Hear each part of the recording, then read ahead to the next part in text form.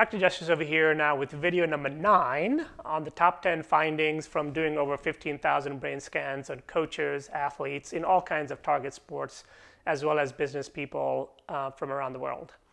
I want to talk to you about putting today. And one of the surprise findings was we found that brain activity increases from the tee box to the green. I remember myself, the first time I saw that, I thought that was just, unusual, and I didn't think much of it. And I saw it on the next hole, and then the next hole, and then I saw it with another golfer and another golfer, and I was like, wow, this is kind of odd that, the brain activity increases as you go from tee box on every hole towards the green. And I began to study that and interview and talk to the people that I was looking at, and turns out that the brain is fully aware that when you're on the green, a score is about to be imminent.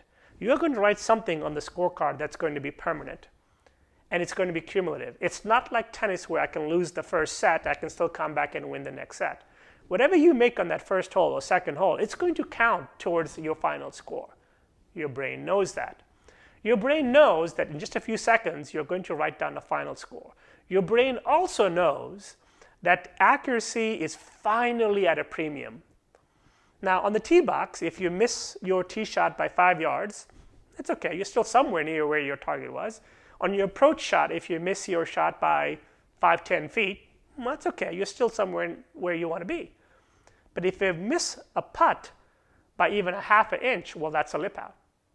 And so your brain knows, okay, I got to get everything. Everything has to be right over here, especially putts inside 10 feet, because it's going to determine a score.